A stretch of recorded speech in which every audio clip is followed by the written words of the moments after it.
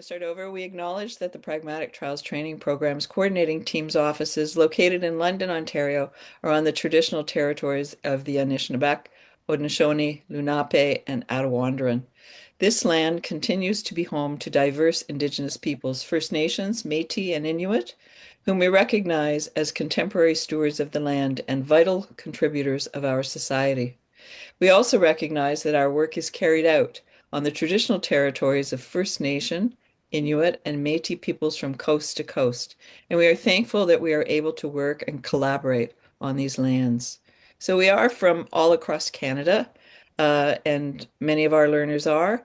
Our knowledge keepers, I believe they reside in Manitoba and Winnipeg. So I would like to ask our knowledge keepers, Helen Satie and Dr. Mary Wilson, thank them first of all for joining us today. And I'm going to ask them to introduce themselves, and they're going to open today's session with a smudge ceremony.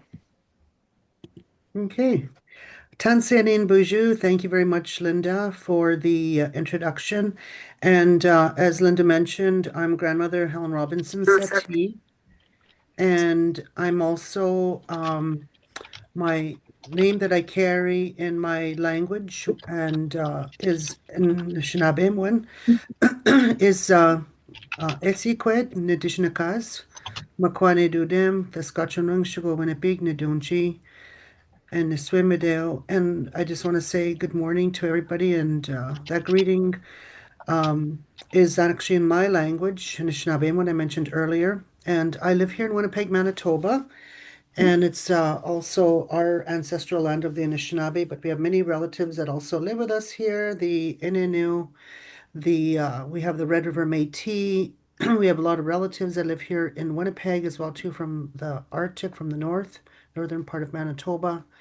And we also have our relatives, the Dene, and we also have the Anishinaabe that also reside here. And we also have in our southwestern part, we have our Dakota relatives. So I want to acknowledge all of them that are here as our neighbors and relatives living in our territory here in Manitoba. And I'll pass it over to Mary, and then we'll light the smudge for you and give you a little smudge teaching for those you might not have heard.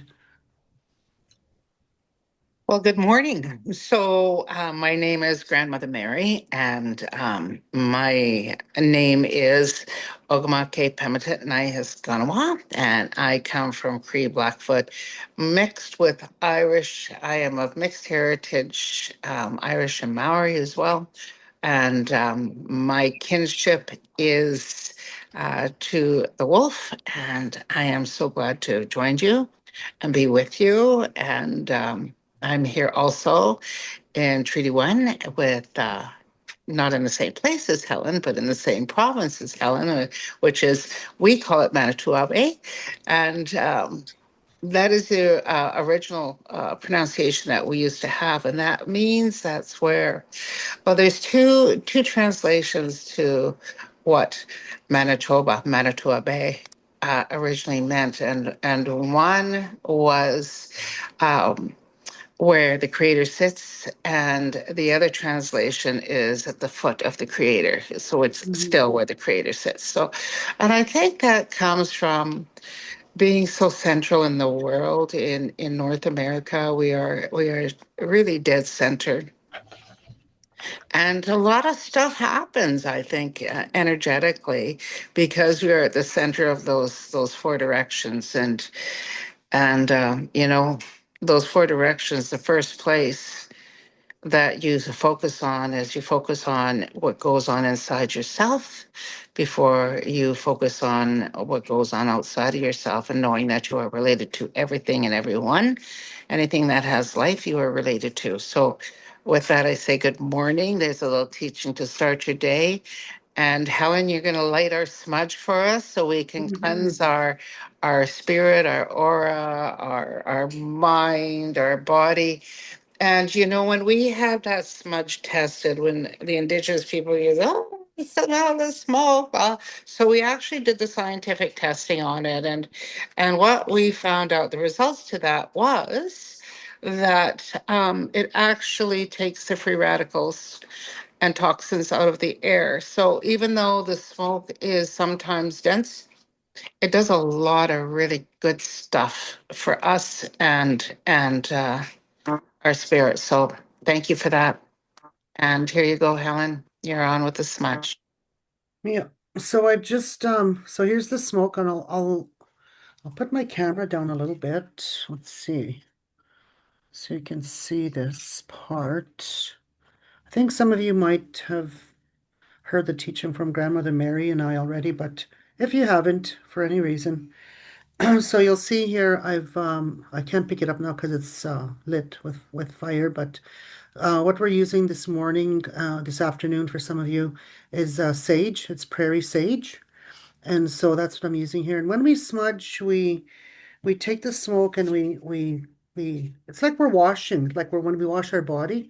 This one here is we're cleansing our spirits. We're washing our spirits. We wash it, we cleanse our hands because that's where we do a lot of our work. We usually take our glasses off. And then we smudge our minds to think of only positive thoughts, any other things that we might have encountered until we came today. Ask to let those go, and that we'll be here with a good mind, good spirit. And then we smudge our eyes so that we'll see all the good things. We use that smoke and smudge your eyes so that you'll see all the good things in this presentation today that our sister's going to be sharing with us. We smudge our ears as well too, so that we'll hear all these beautiful teachings and these experiences and research that she's going to be sharing with us. And we smudge our mouth so that we'll say all these good things, good constructive criticism, good feedback, questions we might have. So we do all that. And then we smudge our body, we smudge the rest of our body here. And then we open up that, what we call it as a doorway. We open it up and we ask for all those good things to come this afternoon and guide us, and that we'll learn some new things today from Dominique. So that's our smudge for this afternoon, and miigwech. Hi. Thank you both so much, Miigwech. What a wonderful way to start. Um, I'm very pleased to introduce our guest speaker today. Her name is Dominique Legacy, and she is a dedicated leader in advancing Indigenous sovereignty through meaningful partnerships and data governance. As the Director of Indigenous Partnerships at Data and Analytics at ICES, Dominic is committed to upholding and operationalizing Indigenous data governance principles to support Indigenous-led initiatives and research projects. So, Dominic, welcome. Thank you so much for being here, and we're very much looking forward to hearing you today. Well, Alan, thank you so much for the beautiful opening and starting this meeting together in a good way. So, well, Alan, I will just share my screen momentarily.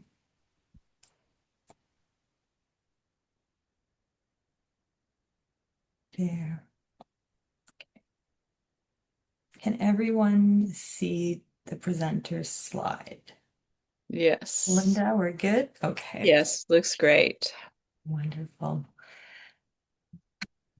So, Kwe Nintu Luisi, Dominique Legacy. Bonjour, je m'appelle Dominique Legacy, and I am so grateful to be here with all of you this afternoon and really to be given this opportunity to present a little bit about myself. I am of mixed ancestry. On my father's side, I am Mi'kmaq.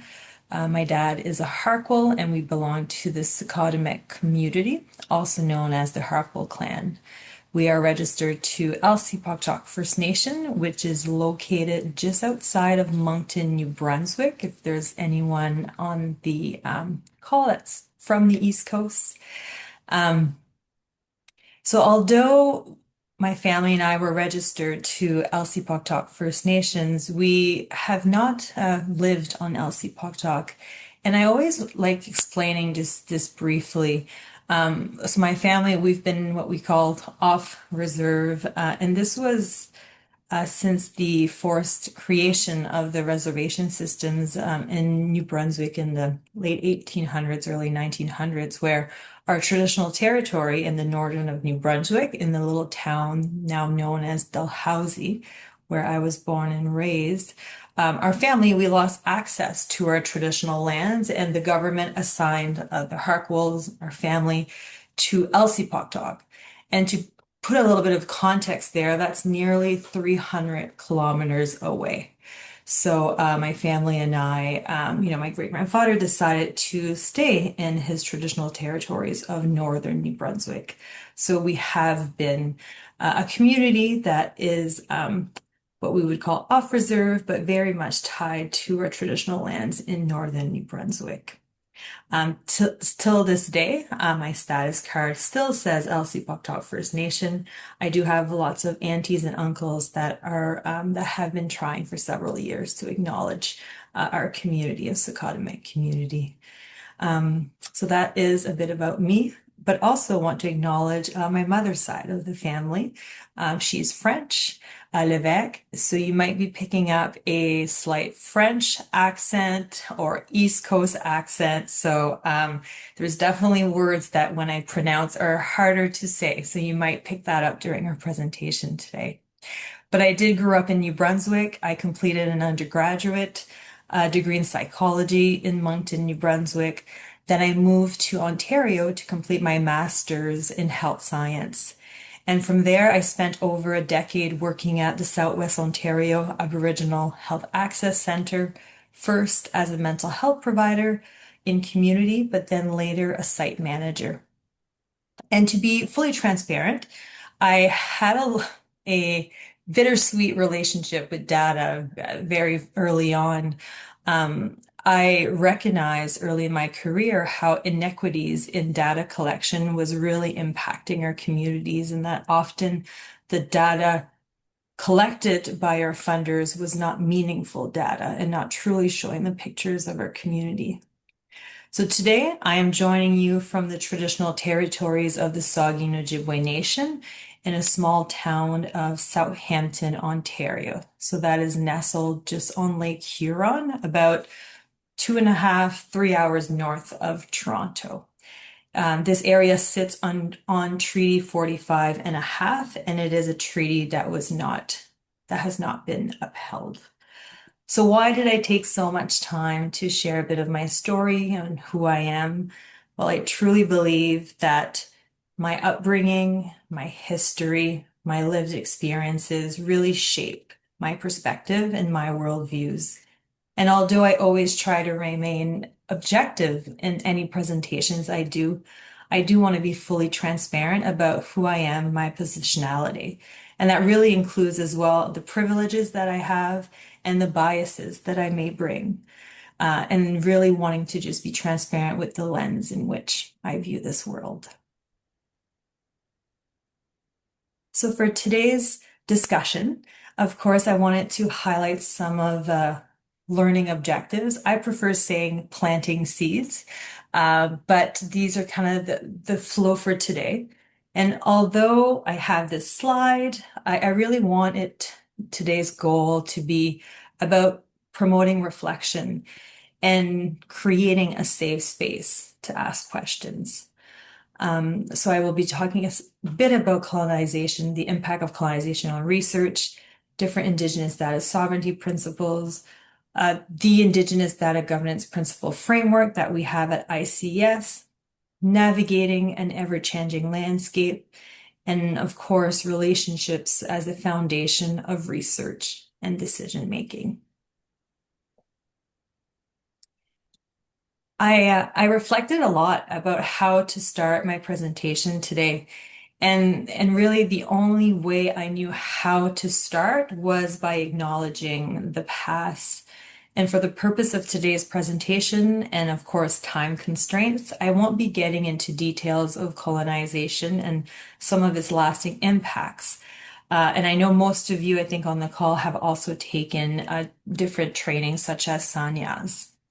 But I did want to anchor us in these two slides that are coming up.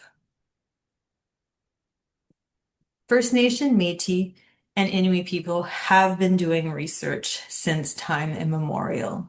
We've observed animals to understand their migration patterns. We've blended plants to cure disease and to heal wounds. We've observed Mother Nature to understand, when to hunt, when to gather, and when to forage. Colonization disrupted Indigenous peoples' ways of knowing, which were rooted in observation and storytelling and just this relational understanding of the natural world. And it really resulted in barriers to participation and leadership in mainstream data-driven research and decision-making processes. Often we see Indigenous communities and organizations and peoples are expected to adhere to and navigate complex Western research frameworks without adequate resources or even culturally relevant support. So therefore, we have rightfully asserted our rights and we've created, Indigenous data sovereignty principles. I hope that most of you on this call are familiar with the images that you see on this slide.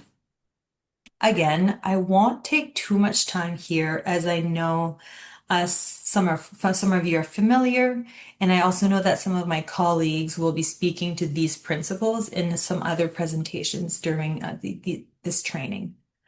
But if you are unfamiliar, I would encourage you to take a moment and to Google some of these images. On the top left, as most of you are familiar, we have UNDRIP, which is an international declaration that really outlines the human rights of Indigenous peoples globally. You will also find here OCAP, which is the ownership, control, access, and possession, a set of principles that really assert First Nations have control over their own data information, which I know most of you are taking the OCAP training as of now. As well on this image, you will find on the bottom left is the Truth and Reconciliation Commission of Canada calls to action.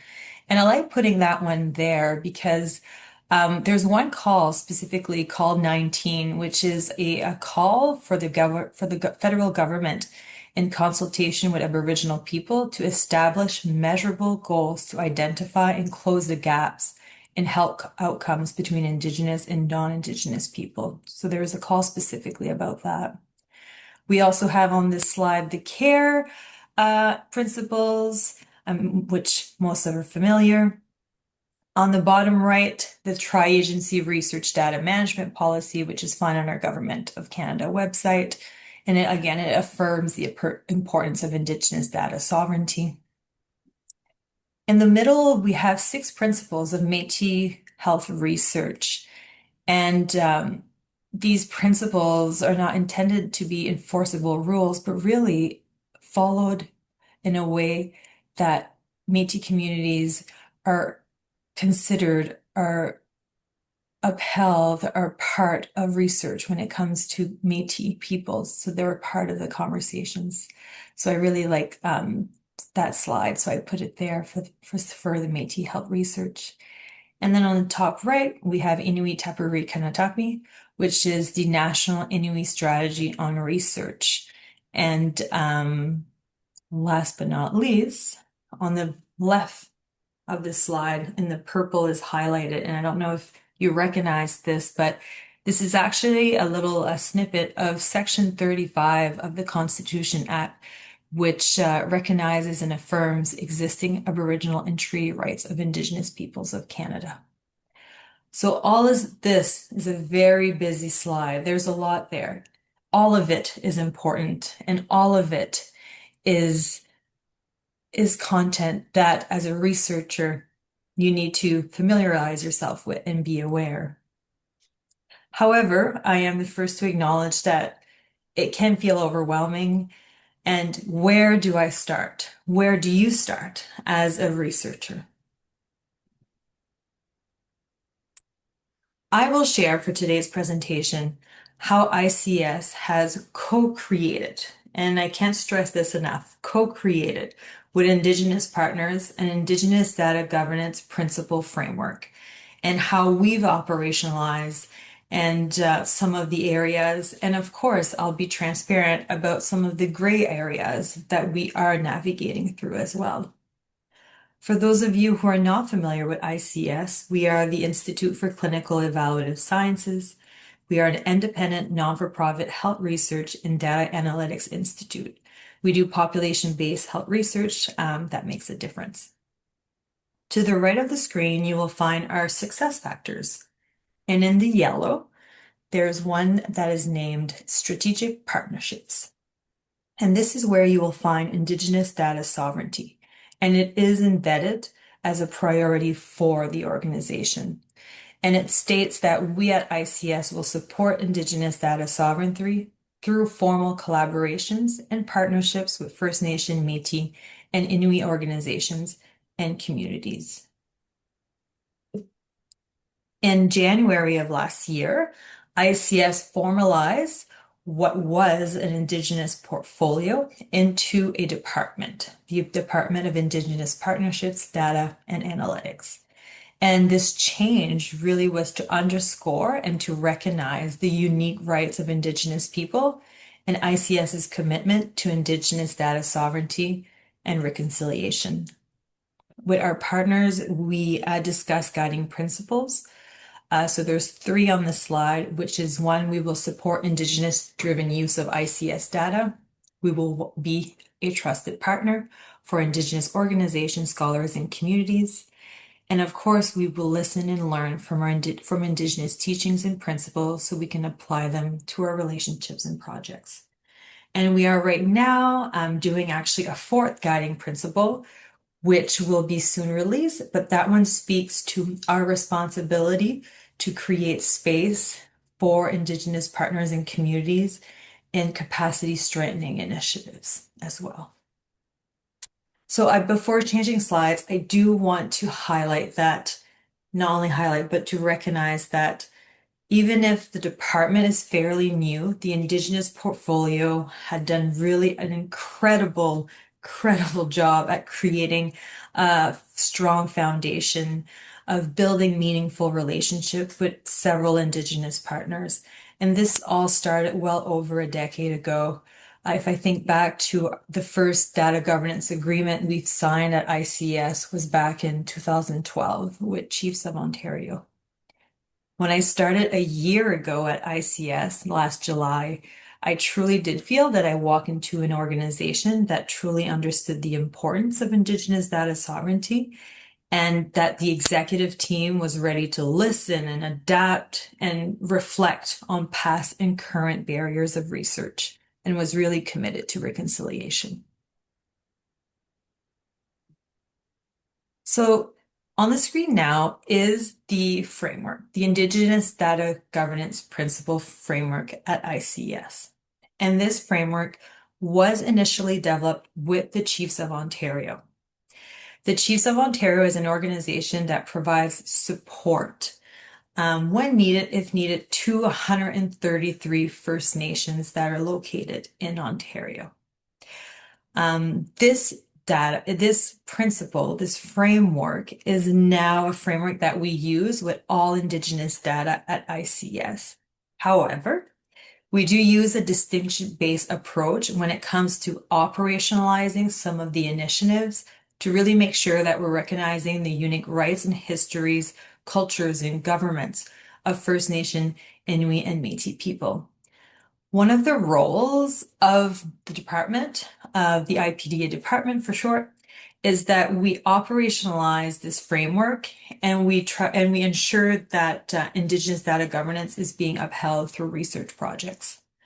And it's important to note that it's a circle. So these quadrants flow together and they're really connected. So you can't have one without another. You can't speak about data governance without having ethical relationships and vice versa. So this framework was built through relationships and trust. And I am the first to acknowledge that the landscape is changing, but we are constantly in communication with our partners and adapting when needed. So to go around the quadrant, I want to spend a bit of time in every space, just for everyone to understand how everything relates to Indigenous data governance. So first, ethical relationships. There's different engagement models out there or frameworks, but we really stick to one that speaks to respect, reciprocity, relevance, and responsibility. We achieve this by having ongoing communication with partners. So we look at speaking with partners on a monthly basis, quarterly, yearly, in person, virtual. We really adapt to what our partners need. It's really chosen by our partners. Regarding reciprocity, you hear this a lot, reciprocity, and it's so, so important. And at ICS, we recognize that to be reciprocal, you need to have mutual capacity building.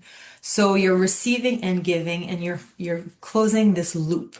So what we do internally at ICS for in this space of internal capacity building, we have series of activities for staff at ICS. They get to meet knowledge keepers, elders, Indigenous scientists. There's different events throughout the year. We celebrate different days of significance and awareness. We have training that we provide, such as Sanyas and OCAP. We also provide land-based training opportunities to ICS staff as well. And then on the flip side of the mutual, of that cycle of reciprocity, is we also want to put a lot of our effort with external capacity strengthening initiatives. So that's where, again, guided by our partners, we have ICS staff that are full-time secondment to work with our Indigenous partners. And vice versa, we have some Indigenous partners from different organizations that are seconded at ICS. So they get the opportunity to navigate this mainstream space of research. We also do mentorship opportunities with different organizations and Indigenous partners. We have different student placements with Indigenous programs, such as, for example, the Masters in Public Health at the School of Daliwana in Toronto. And the last several years, we launched an Indigenous health data training program, and it's 7 modules that provide a foundational understanding of the research project at ICES. So if we have an Indigenous partner that wants to learn how to navigate, right, the system at ICS, we provide these trainings, and it can be done in person, it can be done virtually, and we also have recordings of it as well. We also ensure that we attend different conferences, we attend career pathway initiatives, we can attend fairs, any event, again, that our partners really share with us that they would love for us to join. We always make it a priority. Another way that we provide ethical relationship is through relevance, which I will talk a bit later, but we make sure that what we do is of relevance for our communities. And of course, the responsibility of upholding Indigenous data governance. And this is where I get a lot of questions usually. So I'll leave some time at the end for questions, but we have at ICS data governance agreements. So those are legal documents that are reviewed by our legal team internally at ICS, but it's also reviewed by our partner's legal team. So these are documents that will outline ownership, control, access, and possession of different Indigenous data that we have at ICS. So we have, for example, a data governance agreement with Chiefs of Ontario, with Métis Nation of Ontario, Grand Council Cree Tree, Kenora Chiefs Advisory. And these documents are extremely, extremely important because they will outline how, when, who can access data. Every DGA has a attached protocol. So the protocol kind of explains the different processes, and that protocol is a lot of pages, but it's important because it's guided by our partners, and also access will look differently if it's a community requesting their own data versus if it's an Indigenous researcher that's requesting data versus if it's a research team that's non-Indigenous. So there's a lot to think of when you think about access and OCAP principles and trying to operationalize this. So this is why our DGAs are a great foundation, and we try to write in them different examples or different case scenarios of how to navigate to uphold governance for these partners.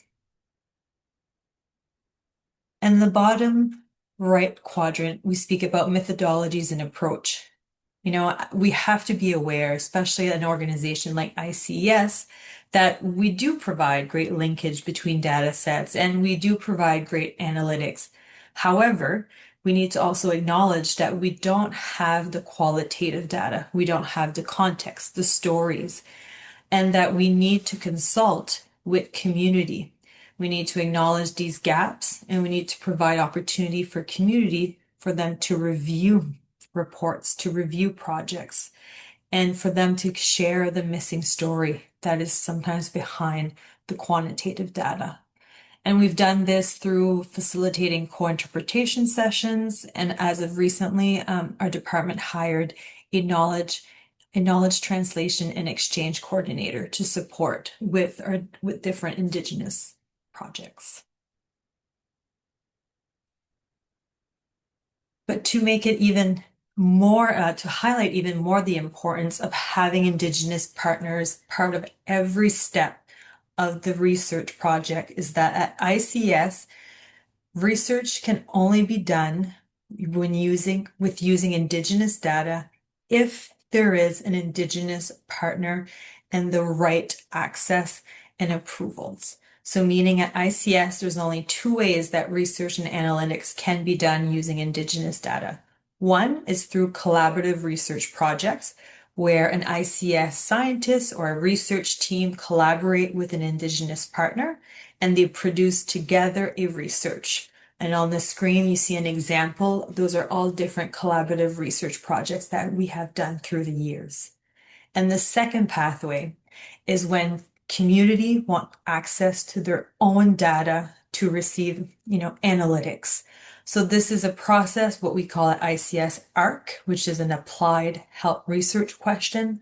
So a community can just come, emails my department, and with leadership support, which usually looks like a BCR, a band council resolution, we can provide community access to their own data right away, no cost. And just, it's an exchange that's done fully confidential. So I just walked through the quadrant of our Indigenous data governance framework. And of course, I just want to say it one more time that this could have not happened. The framework would have not been executed, would have not been developed without our partners. Often we get asked from other organizations, can we recreate your Indigenous data governance framework or can you share? And we're always happy to share and to speak a bit to it. However, it needs to be created with the partners. So what works for us may not work for your organization. And I just really want to highlight that. These on the slide is some of our partners that we've worked really hard to making sure that we did a framework that made sense for them and for the organization of ICES. But of course, as I mentioned at the beginning, I want to be transparent, and it wouldn't be fair and truly reflective of the current landscape if I didn't share some of the current navigations that we're doing. And sometimes, of course, it doesn't always feel maybe as straightforward, especially in the mainstream world or the Western world where everything is very linear. Well, in my world, everything is done in circles. So we are always consulting, coming back to each other, coming back to ourselves, coming back to community and family. And this is just that much more important when you're navigating some landscapes that at sometimes can seem maybe complex. So on the slide now, I wanted to share some of the internal conversations that we are having at ICS amongst themselves and with our partners. So there is conversation around governance of Indigenous people living in urban and related homelands. And I share this as an example for myself, right? I'm now currently living in Ontario. So the questions around who should have governance, right? As myself, as a First Nation woman, who should have governance? Is it my community back home? Is it in Ontario? So, of course, there's always questions when it comes to Indigenous peoples when they're living away from their related homelands or urban or living in an urban setting. We can also add to that and talk about individual versus community consent. I'm sure most of you have heard of that or thought about, what is the difference and how do you uphold one versus the other? So those are topics to consider. Another topic at ICS that we talk about very often with our partners is looking at governance on research topics where there is a known overrepresentation of Indigenous people. So this is meaning that if you have a research project that doesn't necessarily want to use an Indigenous identifier or Indigenous data, but are choosing to do research on a health issue or a topic where there's a known overrepresentation of Indigenous peoples, should there be talk about governance, right? And the way that we do it at ICS is that, of course, there is. We understand that if there is an overrepresentation, you should be, as a researcher, having those discussions with Indigenous peoples, although that you're not maybe necessarily from the beginning of the research wanting to identify Indigenous people. And the same thing for geography. At ICS, we sometimes have research teams that want to report and do research in different geography, for example, north versus south. So here again, right, it's that question about governance. Should there be governance where you find a higher number of Indigenous peoples living in that area? So that's another consideration that we have at ICES, and we do consult a lot with our partners about those conversations. Another consideration is Indigenous self-identifiers. At ICES, we receive health administrative data. So meaning that we acknowledge that there is self-identifiers in some of that health administrative data that we have. So self-identifiers, right? Such a huge question right now. If you think of a self-identifier, how was that question asked to a person? Was it done in a culturally safe way? Was it done in a way where was it actually the person or the participant or the client sharing that they are Indigenous, or was it a provider just checking off, Indigenous ancestry? I say this because I work very closely with the local hospital here on an Indigenous health advisory group, and there is those situations that are still happening when it comes to self-identifiers in an intake or a discharge. You can see both sides. Indigenous people sometimes don't feel safe sharing they're Indigenous, so you get an underrepresentation of the actual numbers of Indigenous people. But on the flip side, we still have some providers that choose not to ask the question and just make a judgment call if they think the person is Indigenous or not.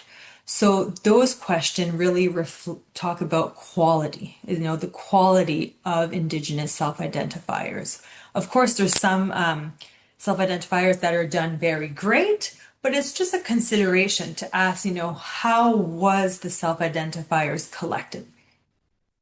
And as of recently, I started consulting with BC Cancer regarding some pragmatic trials that they're wanting to start doing with Indigenous peoples. And these were two areas that we've been chatting about, myself and the group in BC, is regarding recruitment and readiness for pragmatic trials.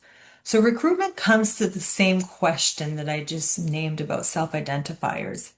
Who is recruiting for Indigenous participant? Is it done in a safe way? How will the questions be asked if they self-identify, or will you ask for proof of Indigenous identity? There's risk and pros and cons for asking, but there's also if you don't ask. So those are just considerations during the recruitment phase of a pragmatic trials when it comes to Indigenous people about asking about Indigenous ancestry and if you will choose to verify or not. And also readiness, the readiness for pragmatic trials, is your participant, is the participant from an Indigenous community? Will they be ready to, do the intervention if they're in the intervention group? So will they be able to navigate the intervention, go back home to community and be able to follow through with the intervention? So there's just a lot of considerations to with readiness. And those are conversations I've been having as well with the group in BC regarding pragmatic trials. So a lot of different navigations to do, a lot of considerations. But how I and my team, we navigate those conversations, honestly, it's by showing up. It's by not avoiding them. It's about showing up with humility and by listening. I always think of the 4 R's of Indigenous engagement that I mentioned earlier around respect, relevance, reciprocity, and responsibility. A framework that was developed by Verna Kirkness and Ray Bernhardt. And these principles guide researchers in conducting culturally appropriate and meaningful work with communities. And it highlights the importance of relationships, of power dynamics, and mutual benefits. And if you can ground yourself in these concepts, you can certainly have conversations about some of these navigation topics that I just listed. On the slide, you see 2 pictures, and that's the top is some of the ICS team this past October, last October, sorry. We visited Wickwamacong Unceded First Nation. And the picture below is us in Neashingaming Unceded First Nation, where we spent some time talking with elders and knowledge keepers about their land, but also their priorities. And that was really meaningful for both of us, for our partner, but also for the teams at ICS.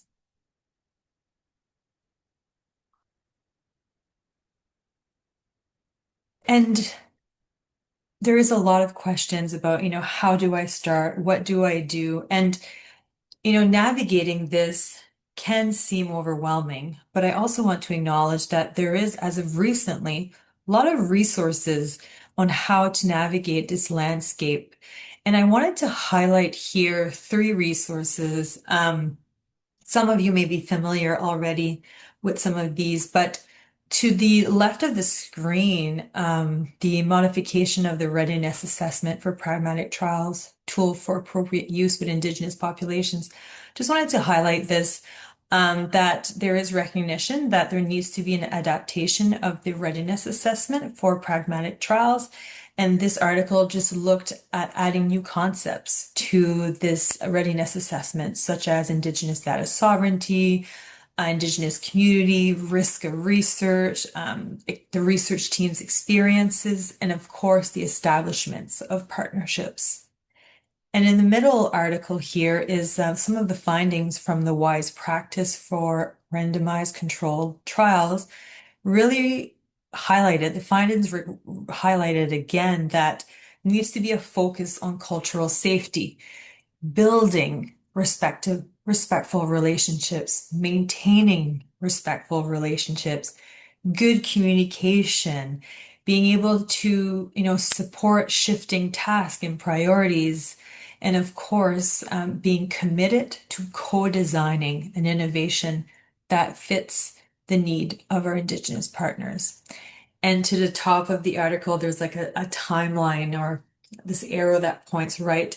And again, just wanted to highlight this one, and it just really highlights the importance of being involved with community pre-trial, during trial, and also after the trial is complete. So these are considerations as well. And to the right of the screen, this is a resource that I do recommend downloading and reading. It was just released here in July by Western University, and it's a primer to centering Indigenous voices. So if you're looking again for a way to how to start, this is a great resource that came from Western University.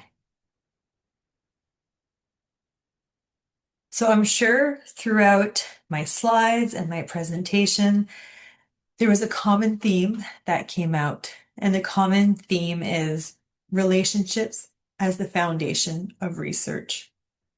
You will be able to achieve so much as a researcher by taking the time of meeting, of being with, of being transparent and being humble with Indigenous communities, organizations, and partners. And where I used to work at SOHAC, we actually had this picture, and it was in some of our counseling rooms. And it was a picture exactly this one on the screen, and it says, "You need to remember to move at the speed of trust." And we really, really embodied that at SOHAC. When I was a mental health provider and I provided counseling, I would just remember having, these regulation from, the mainstream world of counseling where I had to see someone for, I only had funding for 10 sessions or 5 sessions. And that needed to change because I had in my head, in my mind, that I was moving to the speed of trust. Sometimes it took 5, 6, 7, 8 sessions to finally be able to connect with one of my patients and my clients. And that time was needed. And that time sometimes was even more beneficial than what you maybe would think the counseling itself, right? It was creating that trust in that relationship. And it's just a good reminder, even in this world, the space of research, that we need to move at the speed of trust.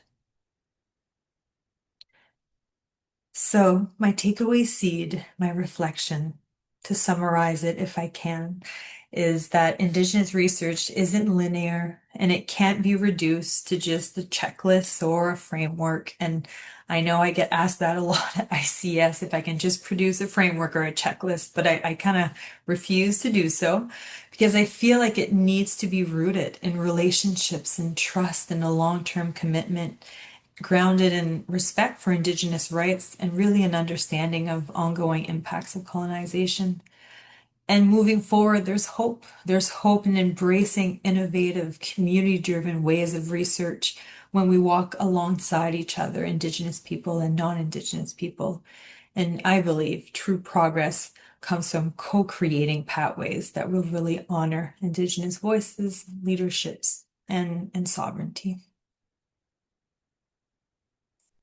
So thank you so much, everyone, for listening in, and I will open it to questions, Linda. Yes, indeed. Thank you so much. I'm just trying to sort out what I can see here. Just a minute. So I was like, there we are. I knew I'm here. Thank you so much for your incredible presentation.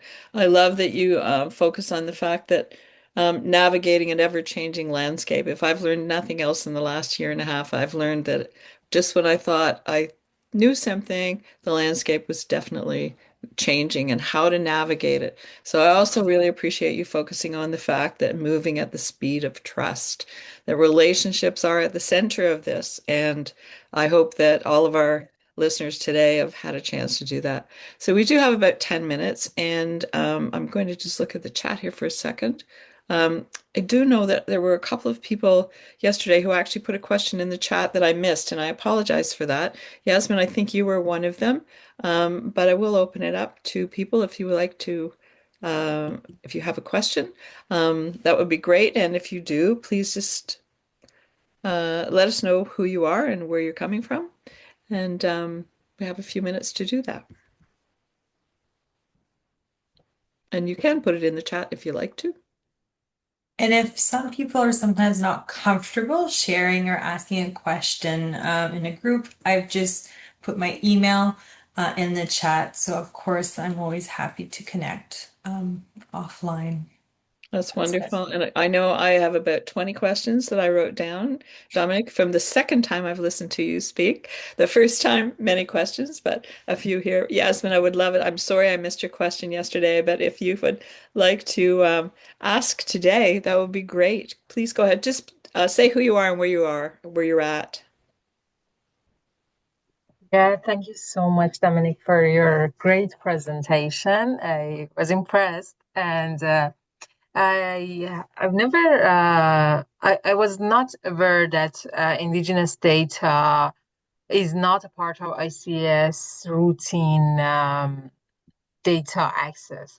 So Yesterday, I asked a question about the waiver of consent. In pragmatic trial, sometimes we have waiver of consent for data collection.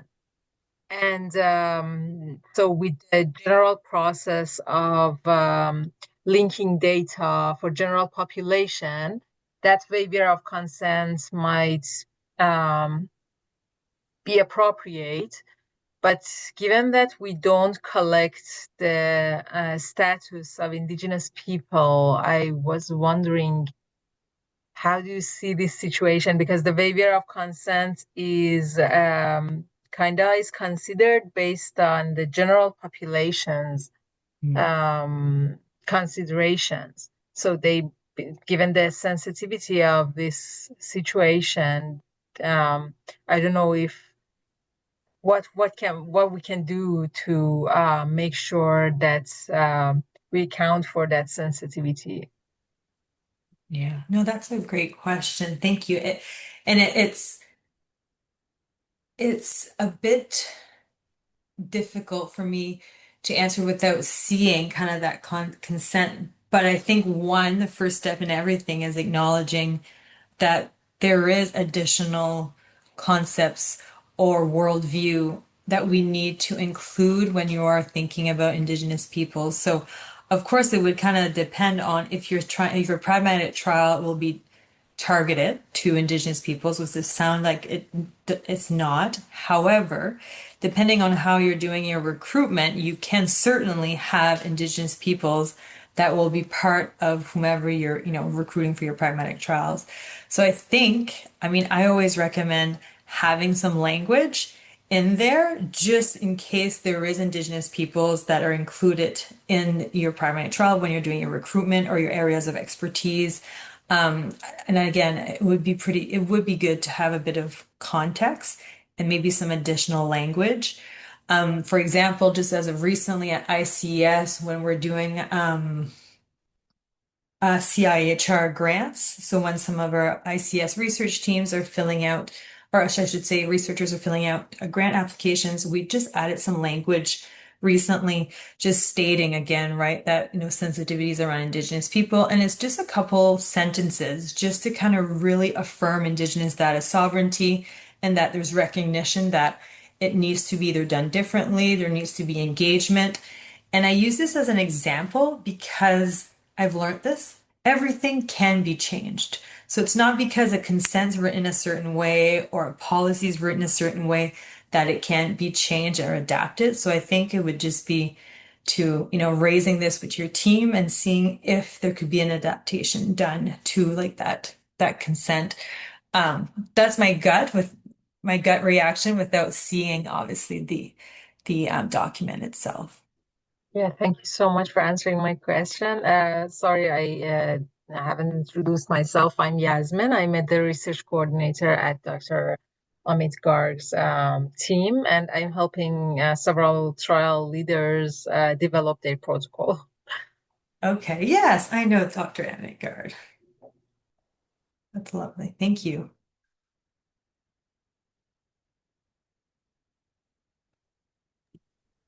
It helps to turn your mic on. There we go.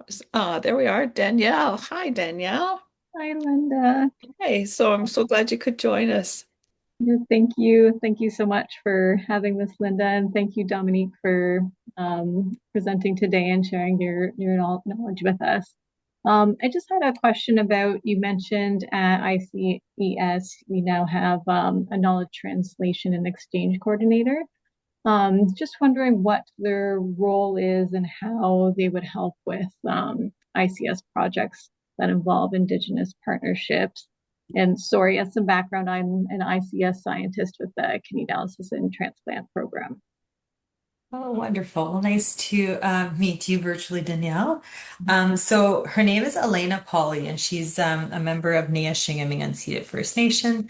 She has a background, working actually very closely with ATLOSA. It's an organization in London and as a research coordinator and also KTE specialist. So the role now is new for ICS. However, the two areas of focus for Elena is to work with ICS scientists and research teams that are wanting to do projects related to Indigenous peoples or data. So there's kind of like she supports those two kind of pathways that I mentioned. One, which is the collaborative projects between ICS scientists and Indigenous communities and organizations.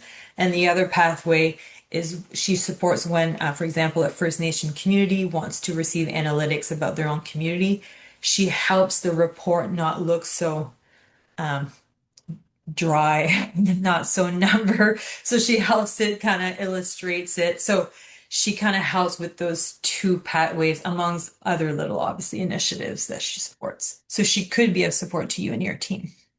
Okay, no, that's great to know. Because yeah, we've had a few partnerships previously where they've wanted reports and infographics, and we've done our best in house with with what we have, but we're not necessarily experts on infographics in general, let alone what the um, appropriate visuals or language or what we would want to present there. So that's good to know that we do have that support at ICES.